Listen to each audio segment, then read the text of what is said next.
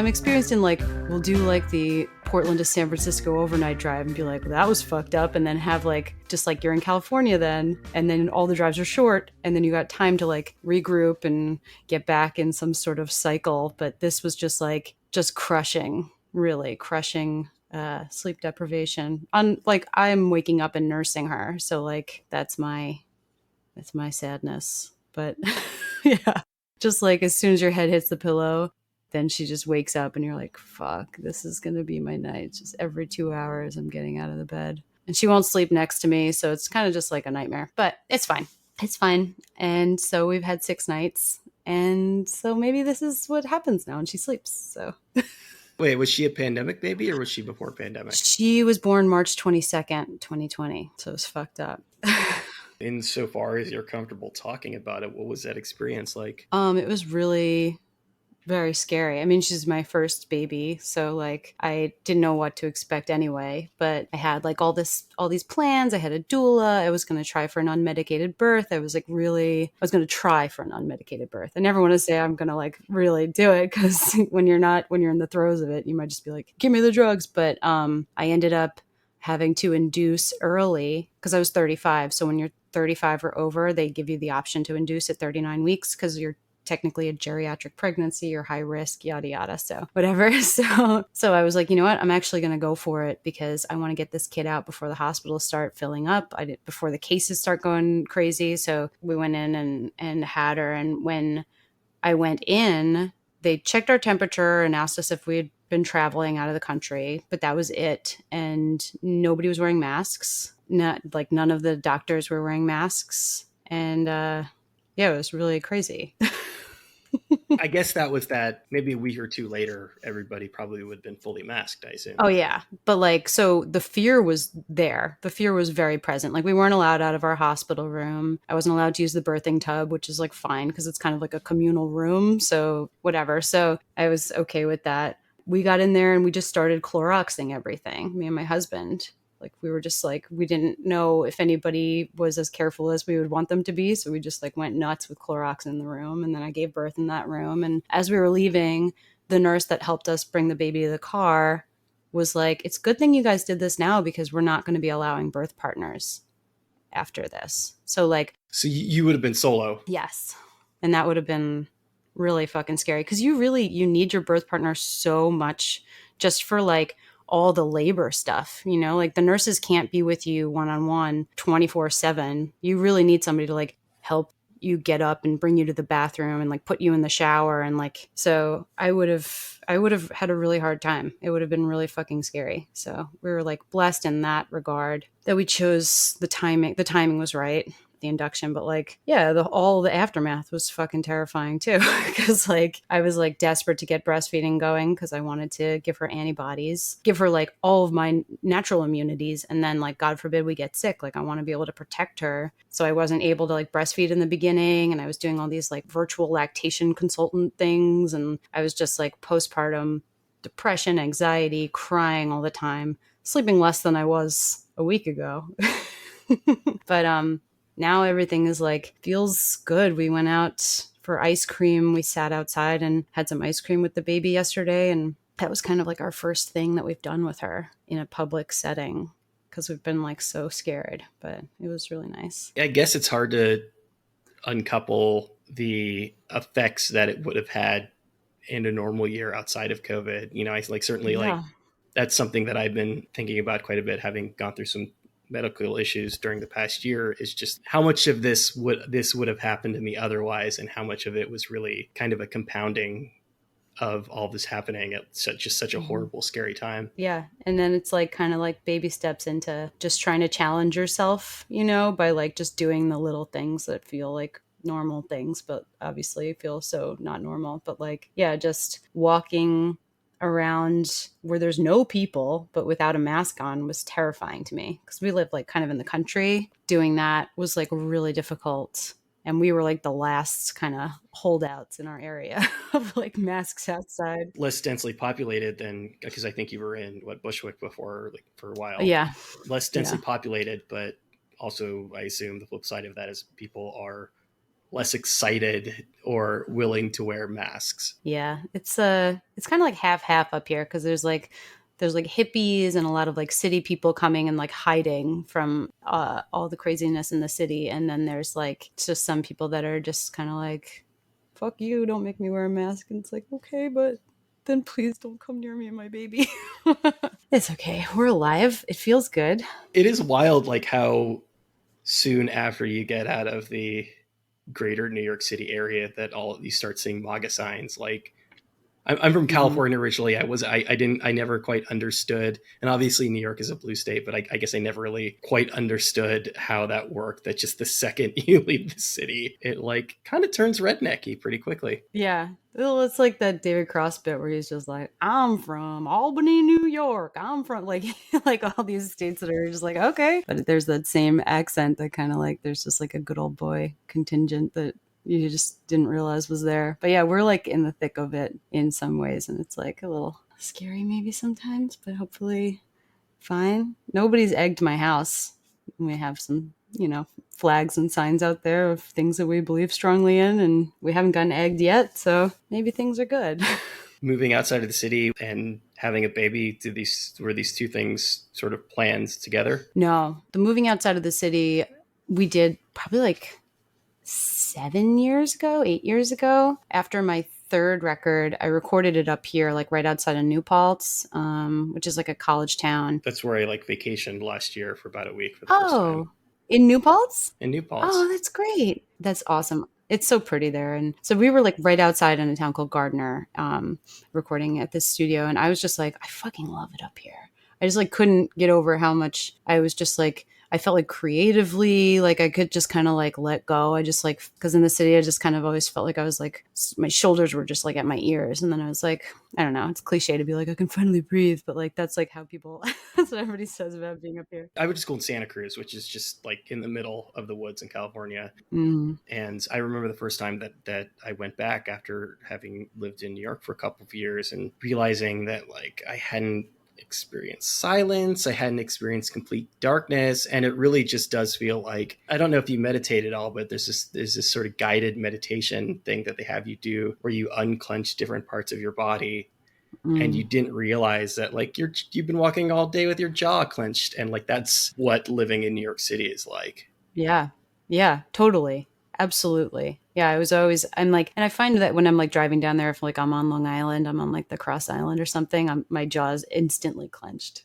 I was just there last week, actually. I went to an Islander game, which was like really threw myself into the fucking fire. I've been like the most careful, crazy person that any of my friends know. Like any of my family members are just like, really? You're still bleaching your groceries? I'm like, yeah, maybe. I don't know. But it was like, maybe the last opportunity to see the Islanders. And I always would go there with my dad, and I don't know how long my dad's going to be around. So it was just like this thing where it was just like, let's go to the fucking Coliseum and let's go see them. And so we did it. But like, it was a lot of driving. I haven't been on Long Island in a while, and it really brought me right back. I was just like, fuck you, you clown. Like every car, I was like just so pissed at. But yeah, so I can definitely feel the shift in being up here, just like kind of like a relaxed, a bodily relaxation, because I had the plan of, it was just like move up here, live in kind of like a giant house with all my bandmates and some friends, and just like fuck off and like pay $250 a month in rent. And then I just started getting older while I was up here. And it was like Mike and I got engaged and like we got our own apartment. It was the first time we ever lived together alone without roommates, and it was just down the street from the house that we got with our bandmates. But like we like moved out and we like lived in this tiny apartment, and then we were like, let's get married.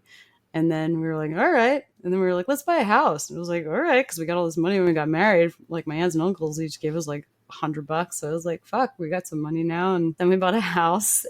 And then yeah, a couple years later, I was like, I'm 35, like, or I'm gonna be 35. I think I was 34 when it was happening, but it was like, if we're gonna have a baby, we have to do it like now. And then it was like, all right, let's do it. And so then I had a baby. Here I am.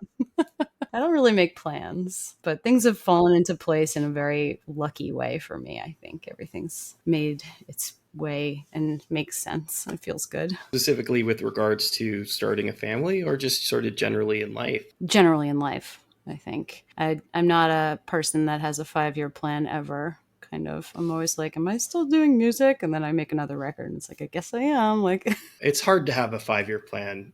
I mean, unless yeah. your 5-year plan is to at some point stop doing music.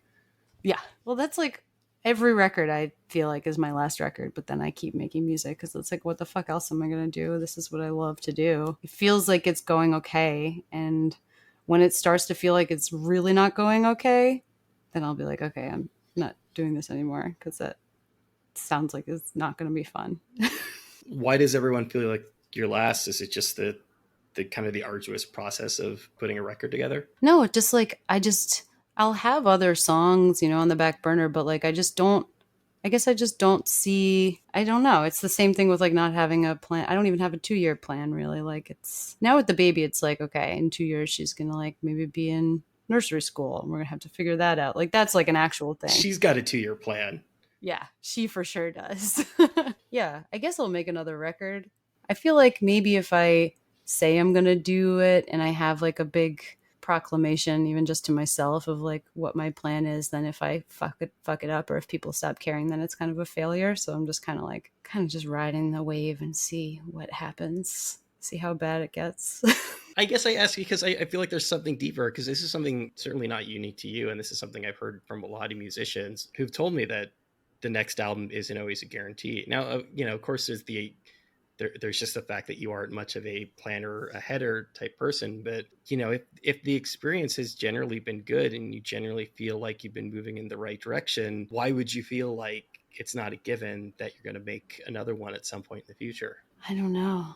I think maybe it's because like I'm doing what I love and at any minute I could just not love it anymore. You know what I mean? And then it's just a slog and like it's just it will just like make it feel bad. I don't know. But also like I don't know. I think that I never knew what I wanted to major in school like until I was just like, "Oh, I guess it'll be this." So I feel like maybe a lot of it stems from like I have a long history of depression, so I never really think about the future, even though I do now with the baby. Like she's my future and I'm just gonna like stick around always for her, and like make sure that she has a good life. But like I don't think I always wanted to stick around for me, in the past. There were times where I was just like I just didn't see myself as a older person.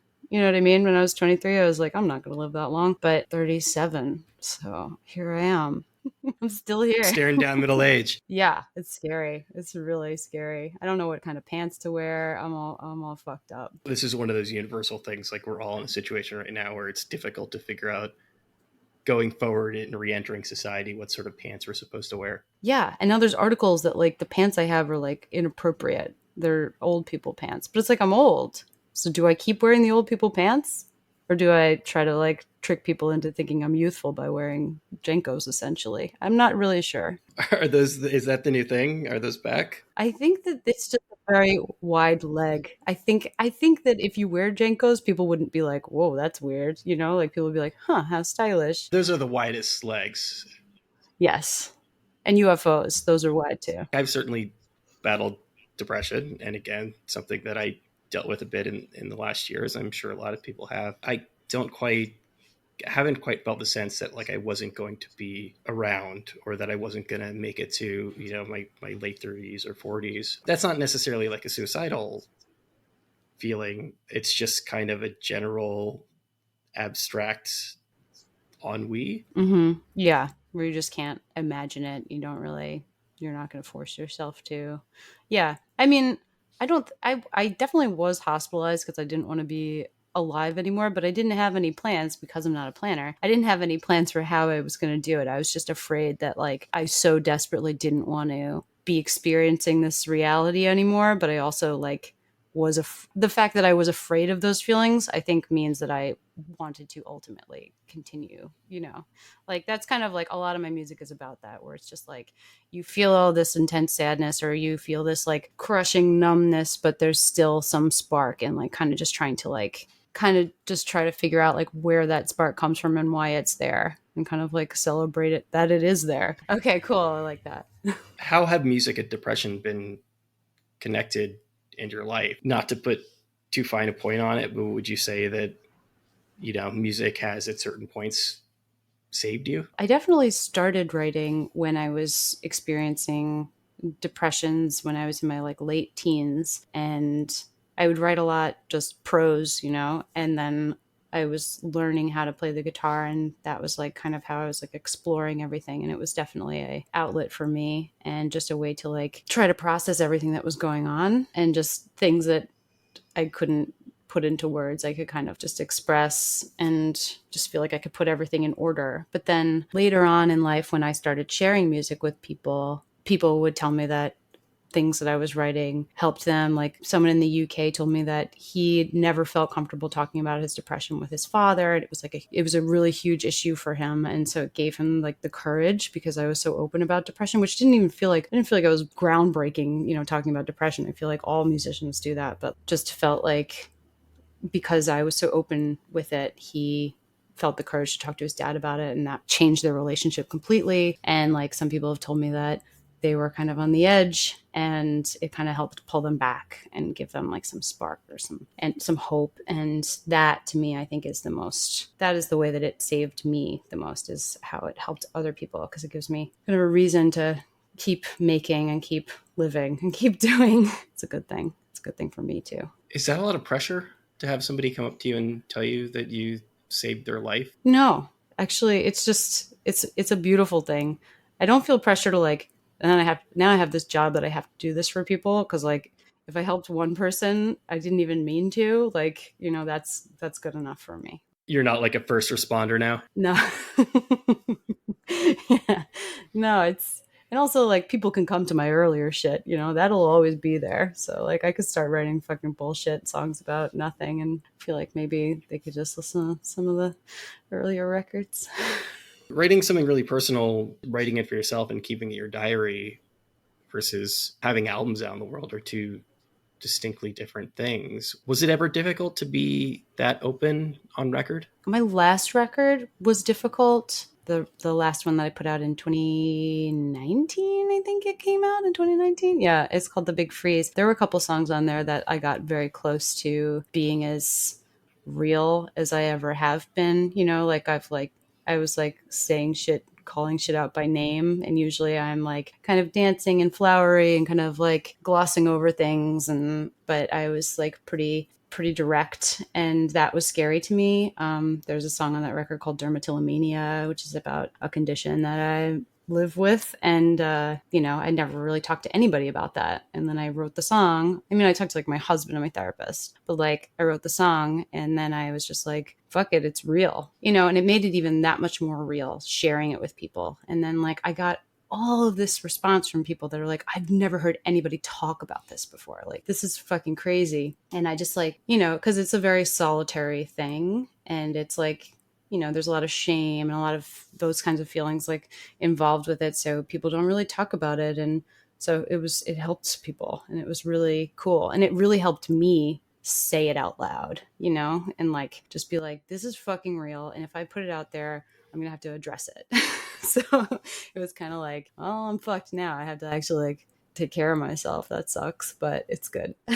Just in terms of if you're actually talking about it, then you have to address it yourself. Yeah. And just like, I don't know, because if you don't talk about it and you just kind of like, it's this little secret shame that you have, then it can just build and live in this little world and like in this little dark place, and you don't really have to just chip away at it and figure out why you're doing it and try to stop doing it, and so like, and I wasn't ready to do that because it was like a comforting thing for me. It's kind of like a coping thing, and so I was just like, I'm kind of living in this, but it was just a shitty way to live, and so I was ready, I guess, to just be like, fuck this shit, let's do it. And so I put out the record, and I was like, here we are, and it's fine.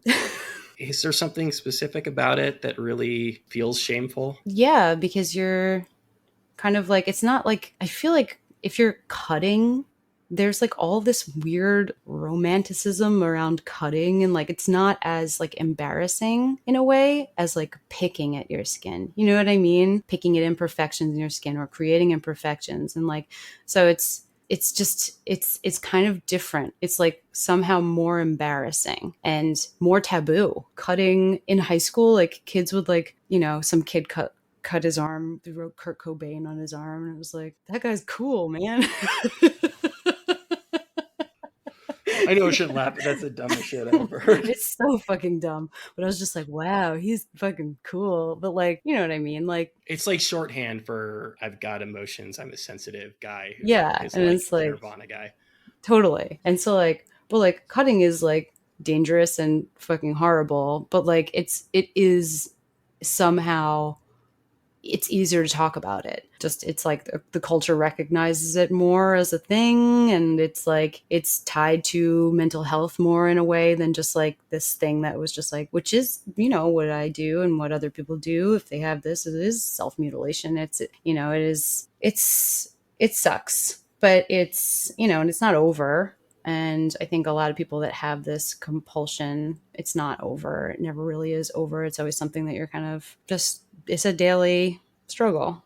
But it's good that people feel like they can talk about it if they're ready to, you know, because there's so many people out there that live with it. I read the piece that you wrote about it, which you can be very personal in music and still mask things, right? Because it's poetry. There are ways to be honest without giving up too much. But actually, sitting, I mean, it was a pretty lengthy and extremely personal piece. Was that difficult to write? Yeah. Well, it wasn't difficult to write. It was difficult to hand over, kind of. But it was a step that I felt like I needed to make for my own journey with it. But yeah, like it kind of just poured out of me because it was like this is everything I've ever wanted to say, but then it was like here it goes on the internet, because then you're just open for judgment. That was something that I was afraid of, but it's like, who's going to be a dick about it? And nobody has been, because it was the right time. You know, like I feel like people are starting to be more sensitive and kind, maybe, especially about stuff like that. So I felt like it was kind of like a safe space. So I was just like, okay, here we go. And nobody was a dick, which is very nice. It's not YouTube comment section. Somebody who's going to find that piece is probably has On the probably level. there's a reason why they've taken the steps that have brought them there. Yeah. Yeah. So it was good. It was a very positive thing, and I felt like that whole record, I just felt like very open, and as open as I'm willing to get, because you said like, yeah, you can control the narrative very much with music. You can say as much as you want to say, and you can just kind of hide things the way that you want them to be hidden. But I was trying to be as open as I could. It was just trying to be brave, you know, because I'm a grown ass woman now. What was it? I mean, were you, that was just the point in your life that you were at that you felt like you could be honest in ways that you couldn't before? Yeah, I just felt more myself. And it's funny because like this new record is actually my self-titled record. And so I felt like with this new one, I pushed it even further. So it's like now I'm even so much myself that I'm like, fuck, this record is going to be self-titled. It's my sixth record. Like, what am I doing? But I thought, you know, I'm just trying to push myself with everything that I'm doing. So like, yeah, if it gets to a place where it's like, all right, I'm pushing too hard, then maybe then I have to pull back and start writing kids music. But right now, it feels like I'm in a good place with my writing, which is good. But yeah, I think it's just a challenge. It's a personal challenge, and it's just a challenge as a writer to just get as close as you can to being uncomfortable. One of the things in the piece that jumped out at me, and you alluded to this before, but I think you say it more directly in the piece, I might never be fully fixed. Is there power in knowing that about yourself? Yeah, I guess so. I mean, like, it definitely, you're giving yourself a break. Like, you don't have to feel like a failure if you fall back a little bit, because you just take it a day at a time, like anything, like any sort of recovery, you know, like it's okay. You just need to keep working whatever. I grew up in Alateen, and you know, so like I come from a 12-step background, but like I was an Alatot, Alateen. But yeah, it definitely works if you work it. You just have to keep working through whatever you need, you know, like it's always going to be there, but you're either looking at it from far away or you're fucking in the shit. But you just need to like take each day as it comes, you know. Just because you backslide doesn't mean that you're fucked up forever. My dad was in ACA, which is Adult Children of Alcoholics, which means that I'm Ah, like another step removed from that. I don't think that I had, in that respect, a great deal of personal trauma, but a parent going through any kind of program will have an impact in your life. I mean, you feel that was a pretty formative experience for you. yeah, I mean, my mom was like so into Al-Anon, and like I've gone to a couple adult children's meetings, and like I just cried the whole fucking time. I was just like the newbie that just was like sitting there like oh, like listening to everybody sharing, and like anytime they were like going around for like everybody to share, I'd just be like pass, just like But you were crying for other people. yeah, but crying also just because I was there. You know what I mean? Like, because it had been so long since I was in a meeting, because I was like just kind of reluctantly going to meetings as a teenager, like, fuck this. I don't want to be here. Like, it was always when Buffy was on, too. It was always on Thursday nights. And I was like, this fucking sucks. Like, so, like, but I grew up with all the fucking slogans and they really seep in because it really is. It's a beautiful thing. I'm not a religious person. So, like, I never, had like the God part of it, but like, I would just like my higher power was always just like myself or nature or whatever, or like just like humanity. And yeah, I don't know. I really, I find that it's very helpful, especially like knowing that, like, the serenity prayer and everything, like, have the courage to change the things you can, but accept the things that you can't change. It really is a freeing thing. If somebody in your life is like harming you, like, you can't fix them. You can't fix somebody, like, and that was really good for me to know, like, stuff with my dad. Like, I was just like always just trying to like help him, and it was just like wearing me out just trying to help him, and then it was just like my mom was just like, you can't fix people. Like, you can love them for who they are, but you can't just like pull your hair out every day trying to like help. You can just be there. So that was like really helpful, even though like sometimes I'm still giving a little bit too much of myself, but what are you going to do? You said you went to the Islanders game, so it sounds like you're on fairly good terms at this point. Yeah, we are. I mean, like, just I love him a lot, a lot, a lot, a lot. And I don't want to lose him. And so, like, the Islanders, like the Coliseum, it's a special fucking thing. And it was going to be like the last possible game there. But now they're in the Stanley Cup, so they're going to be playing there again. But like, when I found out about this game, I was like, this is the last game of the Coliseum. Like, I bought a breast pump that night. I got the tickets, bought a breast pump that night. And I was like, I'm going to have to pump in the parking lot. Like, I don't care. And I pumped in the parking lot while people were like shotgunning beers around me. Like, they had been pre-gaming since 10 a.m. I got there at 7 and I'm like pumping. I forgot my pump bra. So I was holding the flanges and I was like underneath a receiving blanket, like trying to have people not see my face or my boobs. And like, I just hear just debauchery all around me. And I was like, oh, You were shotgunning in your own special I way. was. Yeah, it was really funny. It was really like, here I fucking am. I'm back on Long Island, and it has not changed a bit. It was very nice. And Ralph Macchio was at the game, which was very cool. And Mrs. Maisel, marvelous Mrs. Maisel. So I didn't know she was from Long Island. But yeah, so I got to see all the like Long Island craziness, and it was really, really nice. But yeah, I don't know. My dad and I, we've had our problems, but I'm always gonna love him so, so much. So it was nice to be there. There is something comforting, even if it's like I couldn't wait to get out of my hometown, as I'm sure is a fairly universal experience. But when you're away for it a while, even the things that really annoyed you, there's something kind of comforting in going back and seeing them. Yeah, it's like these are my fucking people, regardless of whether or not I want them to be. Like, these are my people, and like I understand them completely, and I think they understand me, and it's like nice. So Long Island is like a particularly strange place. Everybody's like super obnoxious, but like I love it. So yeah, it's really there's something comforting. But I don't have a home there anymore because my mom sold my childhood home like right before I went on the tour for the Big Freeze, and so it was just like I don't have a home base there. It fucking sucks because my dad lives on this houseboat, but it's like you don't want to sleep there. It's no good. That is the antithesis of a home base, being on a boat. It can float away.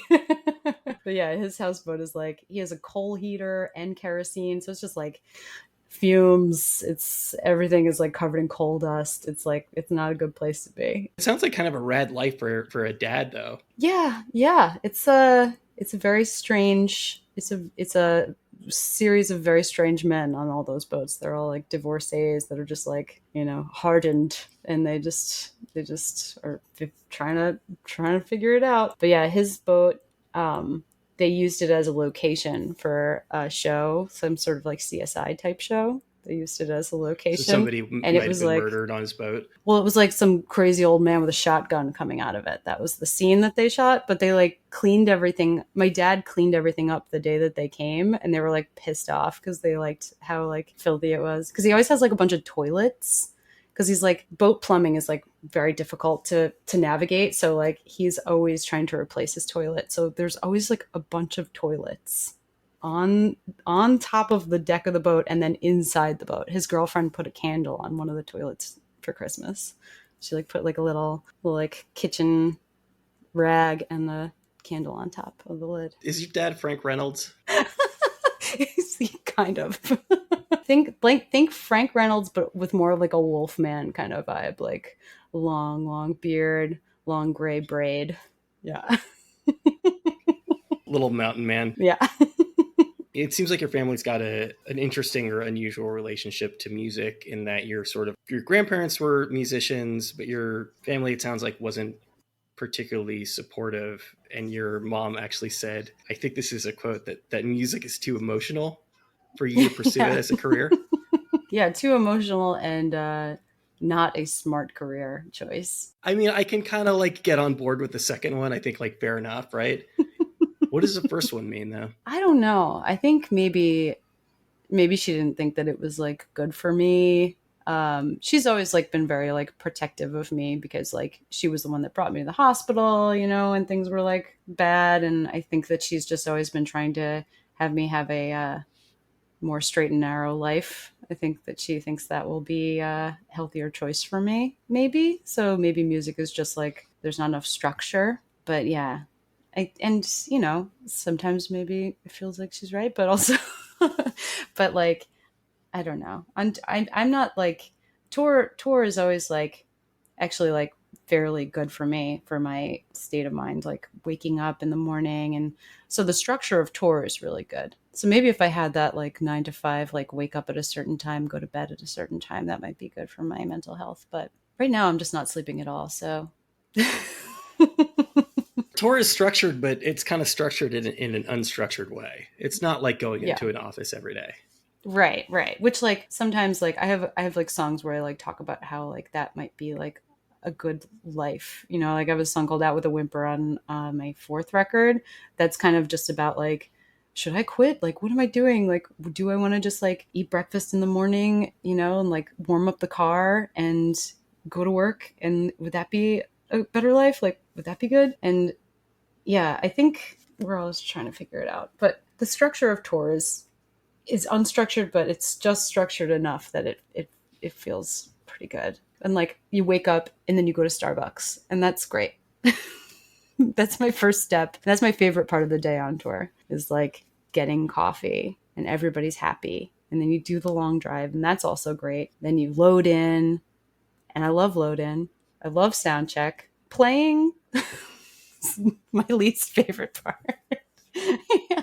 No, I mean, like, that's what I always say. And I shouldn't say that because then people are going to be like, why am I going to pay money to come see this girl play? She doesn't even want to be on the stage. But, like, You're not cat power. You're not like crying like with your back turned to the audience. no. I enjoy playing, but, like, I really like the, like, I don't know, the camaraderie of, like, just the everyday activities, And I like that better because it's more predictable, I guess. And there aren't people standing there watching you when you're loading in your gear. Loading in gear is like nice and it's cardio and strength at the same time. And coffee is always fun. So I don't know. And then playing, I just feel like maybe it's the scrutiny or maybe it's the nerves, but I enjoy it. I enjoy it. It's fine. Come and see me play. Do you feel like you've learned anything about about that part of your life, having this kind of forced sedentary life for the past year and a half? I definitely miss I definitely miss like just being out there in the world. And I think tour is the best way to be out there in the world, just like experiencing this country. I mean, it's a beautiful country, and driving through it is one of my favorite things in the world to do. And I haven't been doing it. And yeah, I've just been stuck in the house, and I've been breastfeeding, so I've been pretty tethered.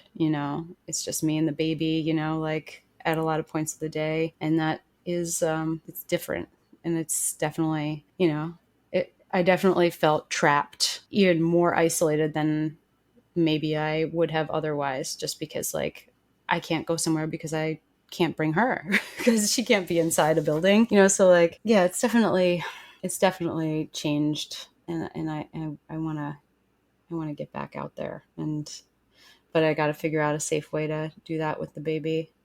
I'm just kind of like we're going to be close to each other until she's vaccinated, and then I'll feel comfortable having like a grandparent watch her for a couple days, you know what I mean? So it's going to be a weird year. I'm trying to say this in a way that doesn't sound bad, but like in a weird way, I don't know, maybe for you personally, maybe the pandemic couldn't have happened at a better time in that like you were going to be tethered either way. Right, exactly. Yeah, I know. Everybody says that, and I'm like, yeah, it's true. But in the beginning, it felt like not a good time. Horrifying and like and and like I know that like people often like can have sort of guilt around having kids, especially when it feels like the world is falling apart, and like Hmm. it sure has felt like the world is falling apart at a faster rate than usual Yeah. over the past 4 or 5 years. Yeah, no, definitely. And like it was a good year to be doing nothing. Like it was a perfect year to just be, and I got to spend so much time with her. Otherwise I had a tour planned for August. She was born in March. I had a tour planned for August where I was going to go to Norway. And it was like I wouldn't have been able to be away from her for that long. Like that's crazy. So I had a great excuse to not go to Europe. So yeah, it definitely has been a beautiful year, with her. And it was good timing, even though it definitely felt like it wasn't good timing. But it also is definitely like I'm stunted. Like I am gonna have a really hard time like navigating being away from her because I'm so like clingy, like I'm gonna try not to be a helicopter parent, but I'm gonna definitely it's gonna be an interesting thing trying to navigate being on tour and being away from her and being cool with that. You know what I mean? So, but every parent I'm sure goes through that. So it's interesting. I don't have too many friends who are mothers who are musicians who tour. I have a lot of friends who are fathers, but I don't have like a big network of women that I can like be like, how do you do it? What do you do? So I'm gonna have to join some sort of Facebook mommy group, rock moms, try to figure it out. But yeah, it's gonna be interesting. It must be strange putting an album out and not touring on it or really performing on it at all. Yeah, I have a couple shows booked.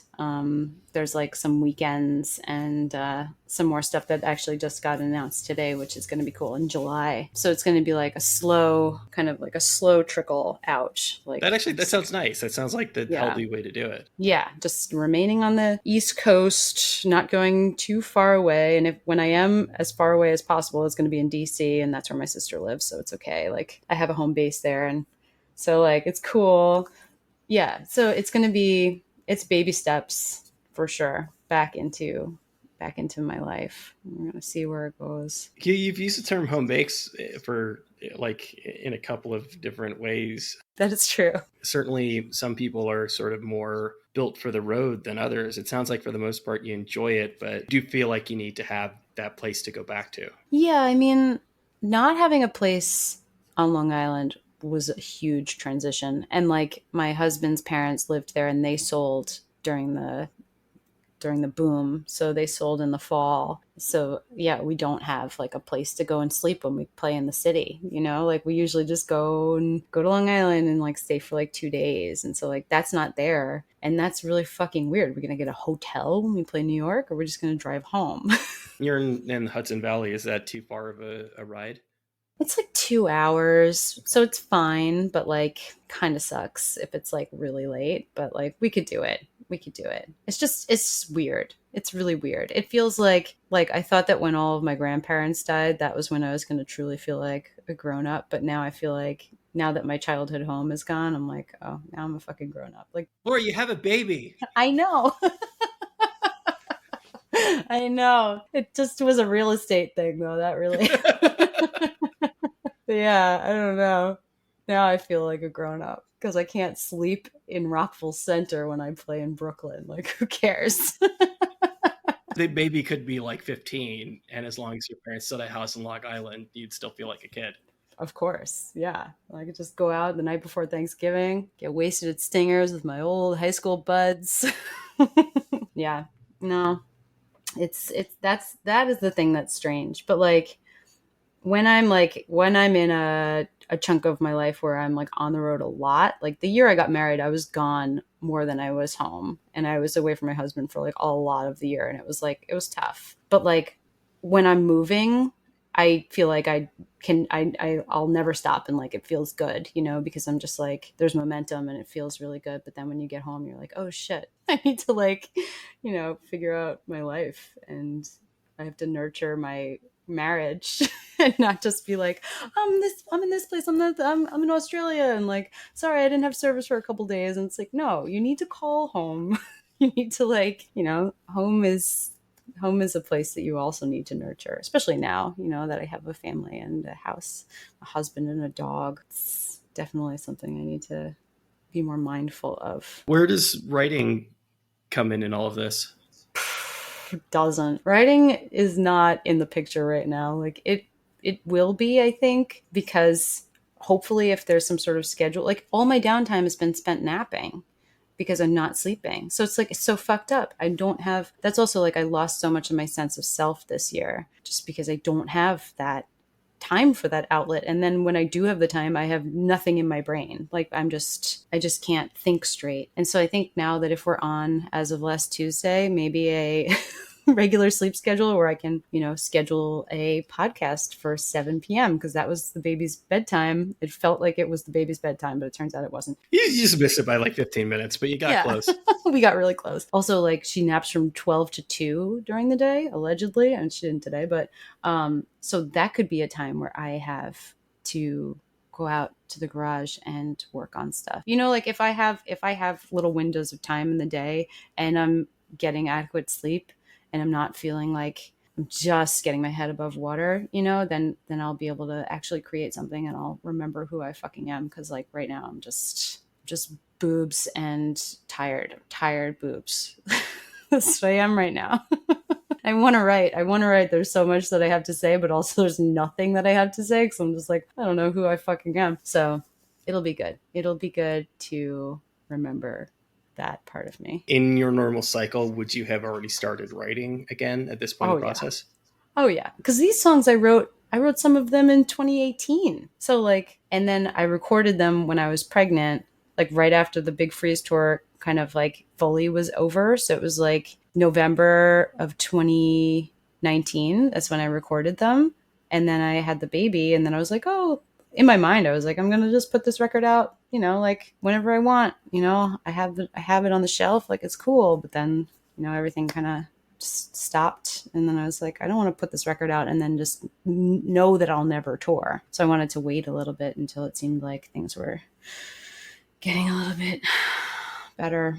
So yeah. And then I'm sure I would have written, God, I would have written so much, but whatever. They would have been all pandemic songs, and it's like everybody's going to write those. So. And nobody wants that a year and a half from now. Yeah, I don't want to hear that shit. I don't want to watch movies about it. Like I was watching 90 Day Fiance. I was like, what are they? They have a new season. It was Quarantine Edition. I watched 5 minutes of it, and I was like, I don't want to see this fucking guy sitting at a kitchen table with his mom. Like, that's what everybody's fucking doing. Everyone's wearing pajamas. I don't want to see it. It's the world is better off without my pandemic songs. It's fine.